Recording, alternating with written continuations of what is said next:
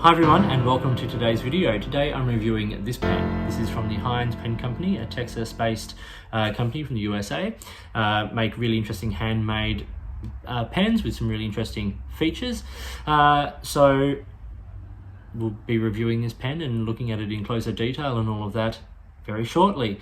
Now, down below I will include an article with some background information about the Hinze Pen Company. They're a really interesting company. The background's great, and I'll include a little bit in this video, of course, but I thought I'd include the article down below. Now, as I said, they've been incredibly generous in providing this pen for review with no kickbacks or anything like that. But they've also been generous to you, and they've given a code for a discount, a 15% discount at their web store. That code is listed down below, and it is offstage. So if you are interested in these pens, head over to their website. I really think you should. They're really good quality pens, lovely customizable features, well priced, all of those sorts of things. Go over, check it out, and if you purchase, use the code offstage for 15% off. But as I said, this is a pen review, so let's start reviewing this pen. Hinze Pen Company is based in Texas, and Jim Hinze is the manufacturer. They've been making pens for 15 years, and just really lovely made pens. And so I'm going to do a review of this pen today. I'll show the parts, talk a little bit about some of the writing sample and then some pros and cons and stuff. So let's start. Firstly, this material. This is a McKenzie Penworks diamond cast material. I'm not sure how well the camera will pick up the diamond cast in there, but it's like sparkly material, which is really wonderful. Hinze Pen Company do some interesting things with their pens. Like if we just look at this orange, coloured clip here, it actually matches the nib. So they in-house colour their nibs. This is a Jovo steel nib in a medium, which you'll see in writing shortly. But they colour them, and there's a range of colours that they can come in, everything like blues and oranges, purples, reds, things like that. So depending on the body and the colours of the pen and what you're after. They do a lot of custom pen work. So you can actually customise the pen to different barrel shapes and cap shapes and clip uses and all those sorts of things, which is really, really wonderful. And all the pens are actually made and turned by hand. So like on a lathe, but no computer driven technology, which is really wonderful. It's great to see that still happening. So let's talk about the pen. On the top is the medallion with the logo on it. You can see an H in very elaborate scroll work in there. And then you've got this clip, which is attached into the cap, and it's a fairly stiff clip, but a usable clip. It's got a nice lip on it there to get things under. It's very sturdy. The cap tapers ever so slightly, and there's a little step down there, and then the barrel tapers all the way to the end to a basically flat bottom there. The pen uncaps the screw cap in 2.5 turns roughly, and it does post quite nicely, but becomes a very long pen. This is not a small pen by any stretch of the imagination. It's a good size. The section, as you can see, is almost cylindrical, like almost straight. It sort of tapers a little bit, a little flare on the end there, and then there are these threads which are smooth but noticeable, and a little step off the barrel there onto the section.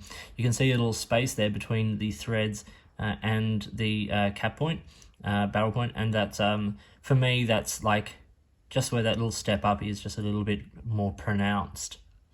It's a number 6 size nib. This is a Jovo steel nib, standard sort of plastic feed, and as I said, they do the in-house work themselves, and the nib is engraved there with the logo once again. It's all acrylic, so like where the section meets the converter, the whole barrel, it's all acrylic. The cap, all acrylic.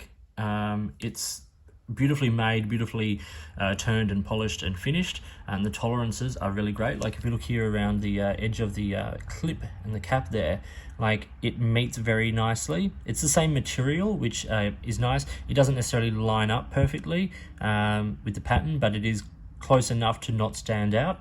And you can see around the clip that the tolerances are really, really tight. So yeah, it's a beautifully made pen.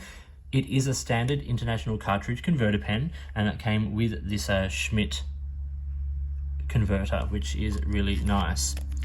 The threads are into the barrel are smooth but secure, and meaning that perhaps if you silicone grease, maybe put an O-ring on, you could perhaps eyedropper this pen, like if that was something that you are wanting to do. There are enough threads there for that to work, and also the threads onto the cap are quite smooth. These are smoothed out. Like when I first got the pen, they were a little rougher. These have really smoothed out and they actually feel really good now. So that's really all I have to say about the actual parts and features of the pen. Let's see how the pen comes packaged.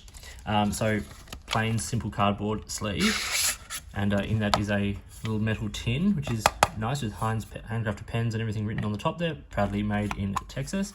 Open it up and you get a business card there with some information if you should want to, and I suggest you do, check these guys out. There's the contact info on the back there.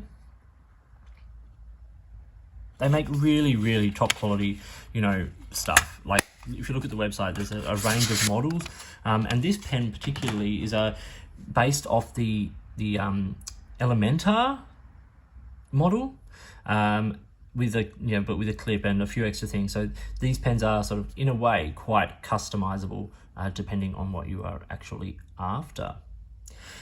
So it does come though with something, and it actually comes with a nice little sticker there, which I like. I love stickers. They decorate my traveler's notebook, but it comes with a little bit of information about the nib and care of the nib, because it is a colored nib. So it's a nano ceramic lacquer applied during electroplating process, and so it gives you a couple of things about how to clean it. Not to use noodlers or private reserve ink, so that due to the pH level of the ink, all those sorts of things. The more you remove it from the housing, the more chance you have to chip or peel, and all those sorts of things. So just simple common sense stuff, but good to actually get it here so that you have something to refer to, and also for people who aren't familiar with things like noodlers or private reserve, not knowing that they are necessarily not the best ink for fountain pens pH level wise. So here, let's now do a size comparison of this pen to give you a sense of what and where it is. Okay. Here I have a Lamy Safari. So, Lamy Safari is not a small pen, it's a fairly standard sized pen. You can see it's much bigger. If we uncap the pens, and this is how I prefer to write with the Hinze pen, you can see it is a very solid size. It's got a good size section, and a good length to fit in the hand. Then if we have both of these now posted, you can see once again the Hinze pen comes out on top in terms of length. But as I said, I write with this unposted. I find it is big enough in the hand, and would be for most hands. It's got a good length section on it, so you're not having to hold too far back, and even if you do, you can hold back on the barrel and it still sits in the webbing of your hand. But anywhere on that section, you don't feel those threads because the section is long enough, and it sits nicely in the webbing of the hand. It's a good size. And because that nib is a good number 6 size nib ergonomically, it makes a lot of sense as well. Another pen I want to compare it to very quickly is a Franklin Christoph. This is the 31 Omnis, which is once again, a very decent sized pen, and in a similar-ish price point, an American company, handmade, although using a bit more computer technology, and around the $170 mark. The Hinze pen, they generally tend to retail around the $180 American, give or take, depending on the model, the material, and also the features you want included. But like the base price is around the $180. It's a bigger pen, unique materials, all of those sorts of things. So I think it's a pen that is actually at a fairly decent price point. It's not a cheap pen, and it's an acrylic pen with a steel nib, cartridge converter pen, but I think it's a unique pen, and I think it's got some really nice, unique features. The measurements of this pen, the specs are, it's about 153 millimeters when capped, about 140 when it is uncapped, and around 185, 86 when it is posted. So not a small pen by any stretch of the imagination. The section actually is around the 10mm mark, so it's actually a good sort of size, and the weight of the pen is 24 grams, so it's not a hugely heavy pen. It is mostly acrylic, 14 in the body, 10 in the cap. So if you do decide to post it, you're not putting a whole lot of weight on the back of the pen. Let's do a writing sample now. Here is the Hinze Pen Company. This is based on the Elementar model. It has a steel orange medium nib, and it is made by Yovo. Very nice nib. And the ink here is Robert Oster Polish, one of his exclusives. Okay, so if we have a listen to this nib.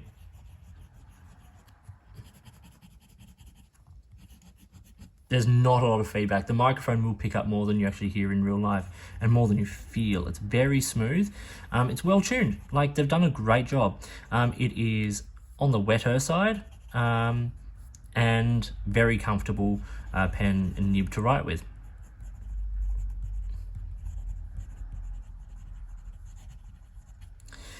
It is a stiff nib. You are not going to get line variation out of this nib at all. You just lay down more ink and it becomes very wet. Reverse writing is okay, but it will dry out quickly. If you needed to get 1 or 2 words out, you probably could, but like, you know, it's not a pen designed for that either. So it is a well-tuned, well organized writing experience. Never had any problems with hard starts, or like the seal seems to be pretty good on the pen. There's no, so it doesn't dry out. There's no ink starvation. The feed and the converter through to the nib, all that seems to be lined up pretty well, and it all seems to sort of be completely functioning, which is great because we've all had pens that don't. And so nice to see someone making pens that are really high quality in terms of the body, but also taking everything very, very seriously. So let's now talk about the pros and cons of this pen. Price around the 180 American mark is on the higher end, but you are getting a handmade pen. This is not a mass-produced pen. This is even a computer driven manufacturing. This is basically a guy turning pens on a lathe and polishing them, and I think that's really wonderful. So for that price, I don't think you're getting a bad deal. The threads and the step down will be a concern for some people, but as I said, if you hold the pen nice and comfortably on that section, they don't get in the way, but if you run your fingers over them, you do notice them, of course. The pros, it's incredibly smooth, and the nib has good wetness, and it's a really lovely, pleasant writing experience. The pen is a very good size, so it's incredibly comfortable in the hand to write with over long periods of time. It's light. You don't get hand fatigue. As I said, good ergonomics. Just get that rid of something, whatever that is there. Good ergonomics. Between distance between the nib tip and your fingers. All of those sorts of things. It's a very comfortable, very pleasant pen to use. The other thing that is a big point with this pen is this material.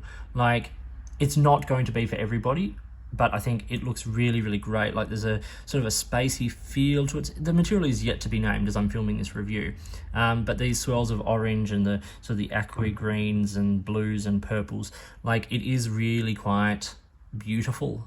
And I think it's, as I said, there's a spacey sort of feel to it, a magic-y sort of feel, and because of that diamond cast in the material, it just shimmers and shines, and I think it's great. The other design element I love is the fact that the nib and the clip match, which is easy to do when you have silver furniture or gold furniture on a pen, or even black. But to have orange like this lovely burnt, rich orange, I think is really very cool. So that pen is the Hinze Pen Company pen based on the Elementar model. I think it's a really lovely pen. I think these guys make amazing stuff. Check them out on social media. I'll link to some of their stuff below. They are really lovely people to deal with and make really great quality stuff. So check them out if you're not familiar. If you are familiar, you know, spread the word. Hinze Pen Company is based on the Elementor, using a McKenzie Penworks diamond cast acrylic. Hope you found this video interesting and useful. If you did, give it a thumbs up and subscribe to the channel. Hit the notifications button if you want to stay up to date with the videos that I produce. Please feel free to get in touch using any of the platforms listed below. You can find me on Instagram or Twitter at @the_offstage_me, or you can contact me in any of my videos here, or drop me an email which is listed down below. If you've got products you think I should be looking at, or if there's a way you'd like to support the channel by sponsoring a review or providing an item for a review, and a big thanks goes out to the Hinze Pen Company for providing this pen for review, please get in touch. It's your support that makes this channel possible. In the meantime, enjoy your pens, enjoy writing, and I'll talk to you soon.